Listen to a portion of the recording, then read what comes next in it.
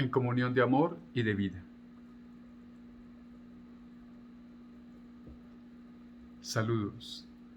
Hoy domingo estamos celebrando la fiesta de la Epifanía del Señor. Epifanía es manifestación.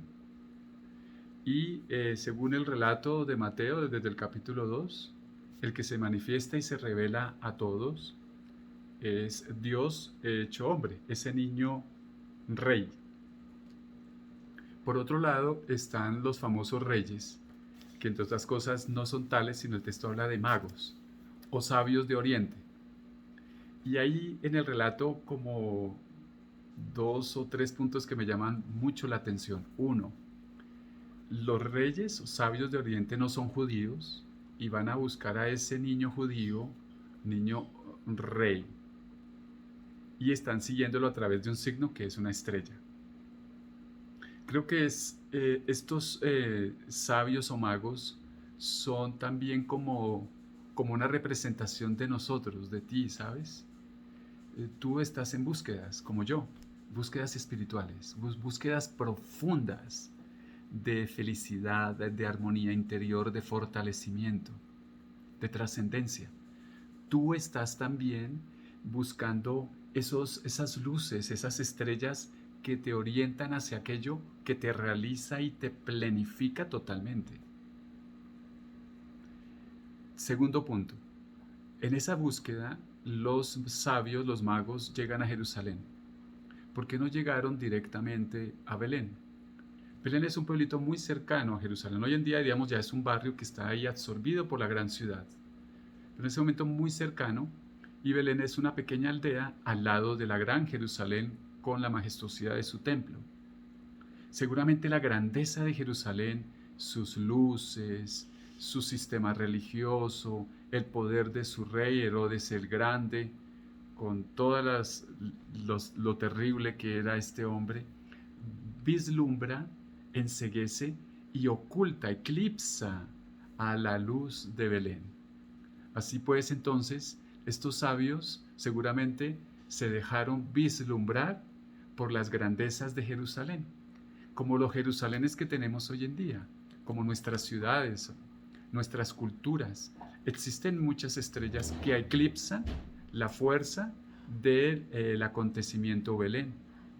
Ambición, poder, tener, prestigio, fama. Recuerden ustedes las tentaciones a las que fue sometido el Señor Jesús.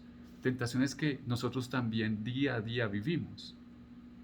Y, y ser reconocido, y tener mucho dinero, y el consumismo tan fuerte, nuestro modelo de desarrollo actual que nos marca, que nos seduce fuertemente.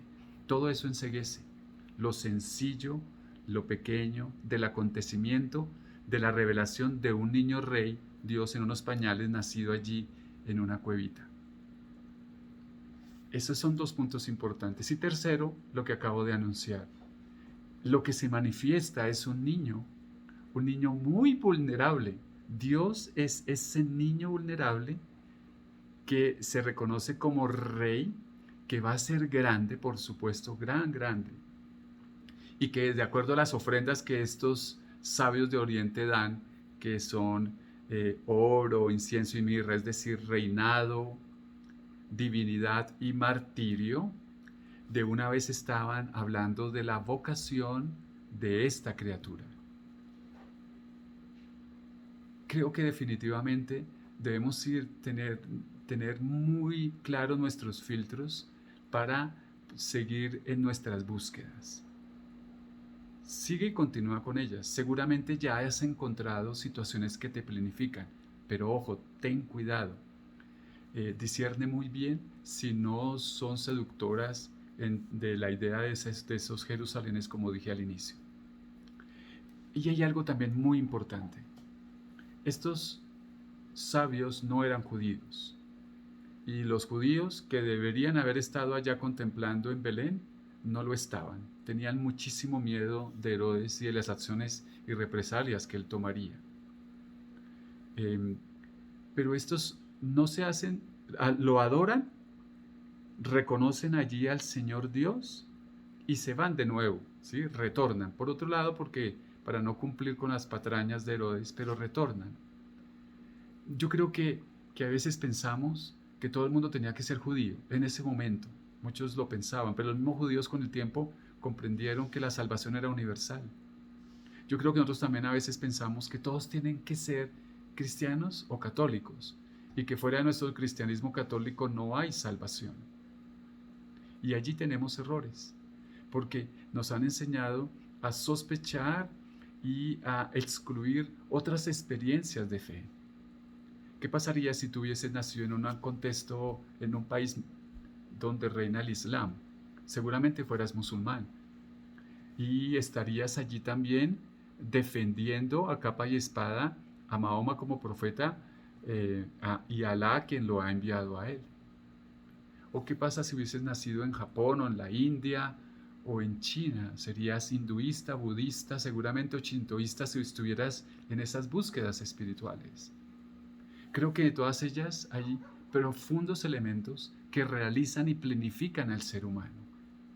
Por supuesto defendemos, insisto, nuestra experiencia de fe. Yo he vivido una gran experiencia de conciencia, de amor y de vida, de fortalecimiento de vida interior y de trascendencia a través de mi experiencia con el Señor Jesucristo. Pero no puedo, por más, marginar y excluir otras experiencias donde hay otras personas que en la vida demuestran que son compasivos, misericordiosos. ¿Sabían ustedes que el hinduismo también se reconoce como la religión del amor?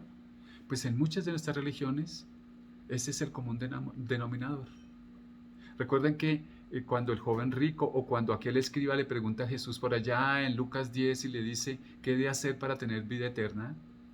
Mejor en ese texto, lo que termina diciendo Jesús es hacerse prójimo del otro. Esa es la narración del buen samaritano, finalmente, la parábola. Pero la pregunta inicial era ¿qué he de hacer para tener vida eterna? ¿Qué he de hacer para planificar esa búsqueda que yo tengo en mí? Y termina todo el relato diciendo ve tú y haz lo mismo. O sea, hazte prójimo del otro moviéndote en compasión. Que tú seas epifanía de Jesús, así como Jesús es epifanía del Padre. Que tú seas manifestación de Jesús. Es más, que tú seas estrella que pueda orientar a otros hacia el acontecimiento Cristo en nuestro caso. Pero si estás viviendo la experiencia de otras religiones, que tú lo seas desde donde estás. Que tú seas allí donde estás y estás viviendo tu experiencia espiritual y religiosa, esa estrella que orienta a la plena realización, a la plena encuentro de esa búsqueda que tienes allí en lo más profundo. No dejes de manifestarlo, pero la salvación sucede cada vez que tú te mueves en compasión a amar a los demás. Sobre todo ahora, en estos tiempos difíciles que estamos viviendo, complicados, donde se insiste mucho en los actos solidarios, sororos, fraternos, en el salir de sí para amar. Muchas bendiciones en este día. Recibe mi bendición en el nombre del Padre y del Hijo y del Espíritu Santo. Amén. Primer Rey Presbítero Eudista, orando y meditando contigo. Bendiciones.